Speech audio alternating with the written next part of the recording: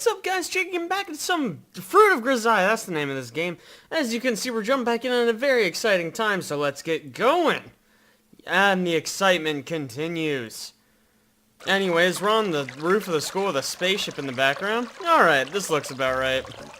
With a careful check of the bamboo flume that makes up the small canal, I've confirmed the water is flowing smoothly. I may explain the gist of things to the others. I spent the last 2 periods obtaining the necessary materials and putting together a simple angled bamboo gutter on the roof. Man, do we know how to party or what?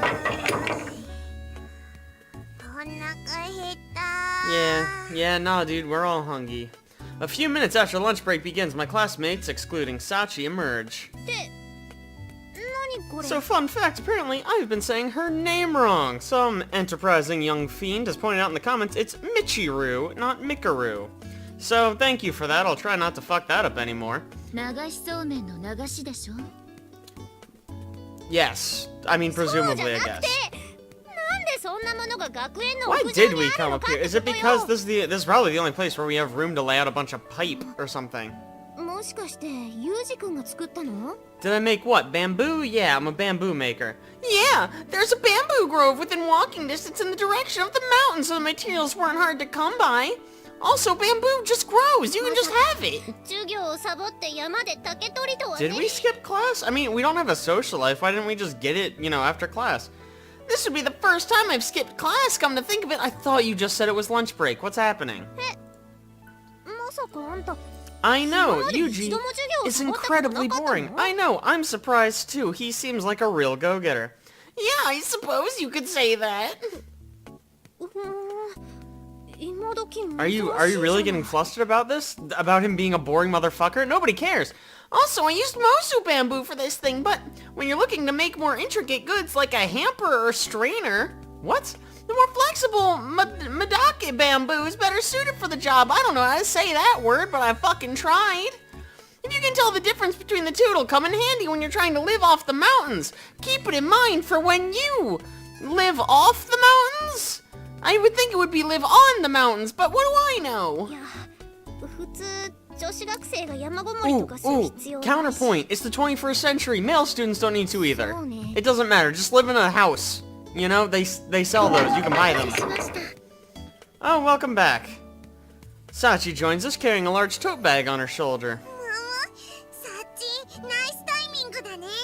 Yeah, I couldn't have said it better myself. Oh, looks like you were able to find what we needed. Wow. Standard ingredients, huh? And here I expected more from you. Then let's start preparing for the meal. I thought we already did, right? We laid a bunch of pipe. Oh, she's happy. That's a shock. Yeah, I mean, that's probably it. That doesn't really... Is that how... Whatever. Who the fuck cares? Okay, please stop stabbing people when they're, like, joking with you.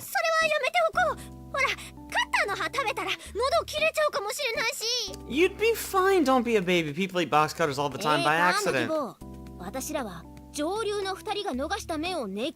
Okay, so literally, the noodles are gonna flow in these bamboo shoots on the roof. That seems like a weird way to go, but what do I know? I'm an uncultured swine. I tried to distribute a pair of chopsticks and a bowl of soup for the noodles to everyone. Where'd we get the soup? Unimportant. They take up their desired positions around the bamboo gutter.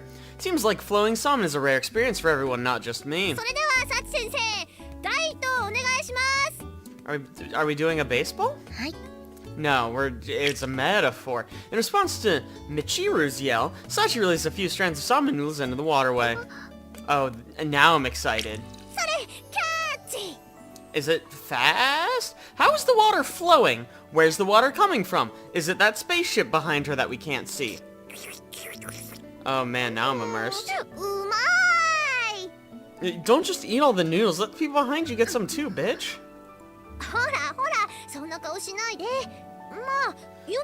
Are you seriously? Are you gonna eat it one noodle at a time? This sucks. Yeah, show her, dude. What does that even mean? Yeah, you should go fight that girl with a box cutter for a position to get like 5 noodles. Worth it, dude. Or, hey, you're all friends, you all know each other. Say, hey, Please don't eat all the noodles. I would like to eat some as well, please. There is no way that this is the best way to do this. Please let that have been a time lapse. Oh my god. Now I'm excited. I guess she got noodles, and you guys didn't. Man, this is really going good. I know. Mani and Makina stir in their empty soup bowls with hollow eyes. Because of the intense battle upstream, none of the noodles have reached their lower position. Alright then, we'll just do this! And I do a karate. I set up another gutter that I prepared as a spare at a position below Mikaru. Sachi, let's get some in this one as well! So are the noodles in water? I really don't understand how this works. It'd be cool if they explained this. Yeah, what? Yeah, sure. Yeah, anything for my big women. No need to thank me. A long time ago, I had it beaten into me not to waste the things I make. And also not to be a huge asshole. Wait, no, not that one. Yuji's always a huge asshole. What am I saying? Great. Please don't make that sound effect while zooming in on this girl. That makes me incredibly uncomfortable. I glance to my side where Sachi's silently floating salmon noodles down the waterway. At this rate, you're not gonna get any, Sachi. Alright, I'll secure your share. Scooping noodles directly from the original container, I deposited them into Sachi's bowl. It really is a shame that she couldn't have done that, but you know, whatever. Please don't. She's not getting any. She doesn't get to wait for it like you degenerates. Oh, fuck you. That's not an option. A pair of observant hunters are on me in seconds. Hold it! If everyone starts taking noodles directly, it's not flowing salmon. Which, yeah, you're right, that is just better. I don't know why we would do it at all. Whoa! Whoa, whoa, whoa, whoa! I mean, like, okay, let's do that, but like, whoa, not in front of this person whose name I don't remember. She's basically a child. Sexy salmon! Nice ring to it. I know, I thought that was like your special thing and she's just sharing it with me. That's really awkward. I appreciate that. She acknowledges what she's doing and embraces it. You go, Amane. Team Amane. Okay, adorable. What does any of that mean? I have no idea what's bleak. Bleak? Like a bird? Maybe? Yeah, fucking, you tell him, Michiru. Michiru? I don't know. I'm still probably doing it wrong. But I'm trying, which probably counts for something. She already said it, I don't need to... Sorry, she was taken with my amazing masculine form, you know? Sometimes you just look at uh-oh. Why? Okay, query. Did we tell the principal we were skipping class? Why did we do that? Why are you here? Do you want noodles? We have them for some reason. Oh wow, she knows that's a game. How meta. Oh, I guess she was hidden and we didn't see her? I don't know. I thought we were in trouble. But no, she's just there in spirit, I guess. I've heard it takes about 3 days to get a cat to take to you. The girl named Irisu Makina got attached to me even faster than that. It's weird. It's almost like she's not a cat. Yes, it's the same Makina used to flee the instant she laid eyes on me. I have no idea what changed her mind. That we had a whole scene. There was like a whole episode about it. Do you remember? But lately it's been quite the opposite with her approaching me on sight. Well said, yes. Yeah, true. This is a good talk. Not that she's particularly talkative. After a small greeting, she tends to just tag along in silence. She looks so sad. Are you okay? Do you want something? Cool. Honestly speaking, getting followed around for no reason like this is a little annoying. That said, there's no reason for me to coldly shoo her away either. You don't need to go to afternoon class? What electives? There's 5 of us. How are there electives? How can you have a club unless the whole school attends? Oh, I see. Great. In other words, she's probably just bored. The schedule of this school is divided between the core curriculum in the morning and optional courses in the afternoon. There's one teacher. How many optional courses could there be? Whatever. It's not rare for a few of my classmates to be lazing around by the vending machines after lunch. If you've got nothing to do, how about getting back to the dorm and studying? Man, we really are fun. Is what I'd like to say, but come to think of it, I'm also wondering why I'm wasting my free 5th period, so I don't exactly have the right to lecture, Machina. You want something to drink? How about my cot? I dig my hand around in my pocket, searching for small change. お金持ってる。 Great! Then be gone, thought. What are we doing? Holding out her right palm towards me to declare it's fine, Machina takes out something that looks like a green stuffed animal from her pocket. The vaguely frog-shaped? Is it not frog-shaped? Thing seems to be a purse as its red mouth opens wide with the snap of metal bearings. After taking out a few coins, Machina buys a juice box from one of the vending machines lined up in the passage, then returns to my side. Pulling the attached straw fee with stubby, clumsy-looking fingers. No finger shaming, please. Machina pierces it into the juice box and starts to slurp up the contents. What, no slurping sound effects? Similarly, I drink quietly from my paper cup of oolong tea. And here I said we didn't know how to party. Fucking kill me. You already said that! This conversation sucks. Yeah, I know! Now we're repeating ourselves. Probably evidence we're both puzzled over how to get a conversation started. Favorite sex position? You know what I mean? Like anything. Who was it that told me the man has to break the ice in situations like this? Of course, I'm not confident I could pull it off if I tried. What do I talk about with a girl like Machina? ね、お兄ちゃん。なんかお話。 Yeah, once upon a time there was an annoying little girl, and then she died. The end. Stories, huh? Stories? It's a fairly standard request. Is it? No, it's not. I don't know if anyone's ever asked me if I have stories, but I'm not sure where to go with this. What sort of story? Any kind of story. Jesus, save me. 暑いから。 A cool story. 涼しいお話。 Yuji is not cool in any way, shape, or form. A cool story, huh? That's a bit tricky. When you're looking for a chilling tale, I think ghost stories are the standard choice. No. Fortunately, I'm not lacking in that department. A legacy of the time I spent at my old school. It was a ghost school. Alright then, this is something I heard from an upperclassman at my previous school. And then insert... Oh, wow. I thought we were just fading to black. This is the story of an American soldier who found himself on a southern island in a night flooded with lukewarm rain. That's not very cool. The soldier was making his way south through the darkened jungle amid the pelting downpour, following a native trail with 8 companions. Their objective was an enemy anti-aircraft position. The rain had been falling for 2 days straight, leaving the ground swampy as a paddy field. With the moon hidden by thick storm clouds, the soldiers couldn't even see the back of the comrade walking 2 or 3 meters ahead.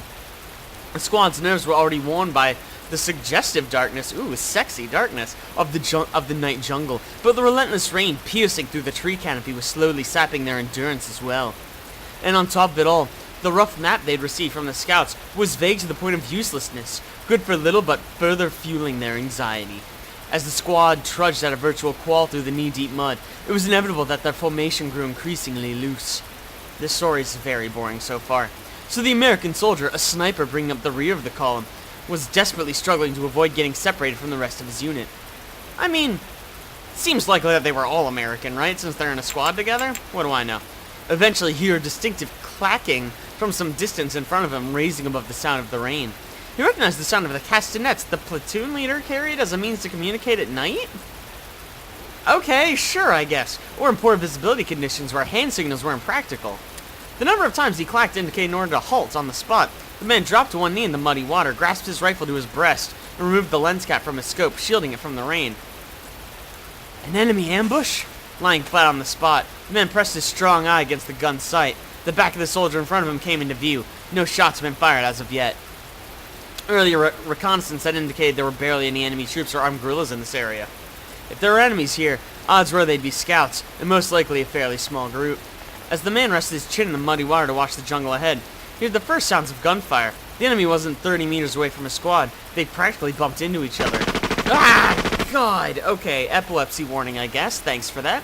6 lines of fire from the enemy position. Just as he thought, it seemed to be a small scouting group. Judging from the reckless way they opened fire blindly, they were probably poorly trained guerrillas who panicked after encountering their enemy under unusual conditions. Removing his gaze from the scope, the man grasped his weapon and pulled back on the bolt handle. Pushing a 7.62mm bullet into the exposed chamber, he quickly returned his dominant eye to the eye cup of his sight. Okay, I bet they're just allies, and we just ran into each other and panicked. The muzzle flash visible through the scope burned white after images into his pupil, fully dilated after his long walk in the darkness. He couldn't see the enemy. Aiming on intuition, he squeezed the trigger. Yeah, just fucking blind fire. Never mind that you have like 4 allies in front of you, you dingus. Ugh. A momentary explosion of light from his gun and he heard an enemy's grunt from the bush some 30 meters away. A hit. That was also very light for a sniper rifle, but cool. The man took his rifle in both hands and began to crawl on his elbows and knees in search of a new firing position. After moving about 10 meters to his left, he discovered a convenient foxhole that would serve his purpose nicely. When he swung his body down into the hole, he found it was half full of stagnant water just as he expected, but that fact barely registered in his mind. More importantly, from a position like this, he could snipe while hidden for a time. Sunk to the waist in the muddy water, he mechanically pulled back his rifle's bolt and squeezed the trigger again and again. Yeah, no dude, just fire indiscriminately at your allies. All of a sudden he heard a voice from the next foxhole. Since when had it been occupied? Hey, give me a grenade! In response, the man took an M67 grenade from the belt slung around his waist and held it out, the safety pin still fixed in place. A white hand reached out from a nearby trench and retrieved it. My god, the whiteys. Thank you! The man was certain he heard those words. But, no matter how long the man waited, his comrade didn't throw the grenade. Maybe the safety pin was bent somehow and he couldn't get it loose? Hey, you okay, dude? As the man who was speaking those words, he started to move his hand to look above the edge of his encampment. At that moment, the grenade exploded in the next foxhole. Ugh! An explosion at point-blank range isn't something you hear. The overpowering waves of sound aren't recognized by your ears as a noise. A mass of burning air struck the man like a wall, knocking the helmet off his head and thrusting his body backward into the muddy pool. His mouth, thrown open by the explosion, was instantly filled with filthy water. As the man desperately tried to spit it out, he realized his tongue had been knocked back into his throat. He couldn't breathe. That's super shitty, actually. Quickly thrusting his hands into his mouth. What? The man peeled his tongue free with his fingers. What? And powerfully vomited out the water together with the breath that had gathered in his lungs. His throat was burning from inhaling the explosion's scorching wind, and he couldn't stop the tears that were pouring down his face. We'll pretend like it's the rain, though. His head felt like he'd taken a direct hit from a fastball made of concrete, or a grenade, and his ears were filled with a high-pitched ringing. Hey, you alright? Get it together! He exploded! He's not alright, he's dead! Curled up in the muddy water with his head in his hands, the man heard the voice of a comrade. What? At least his eardrums hadn't shattered. He felt himself being dragged out of the foxhole by both arms. We gotta move! Temporary withdrawal, can you walk? It took all the man's efforts to nod his head. He couldn't see, his ears were barely functional, and his throat was on fire. He couldn't even speak. The man began to rub his hands across the ground in panic. His comrade knew what he was looking for. The man felt his rifle pressed back into his hands. Reassured by the familiar feel of his weapon, the man slung it onto his shoulder, his hands still clutching the ground. He fled that place at a crawl.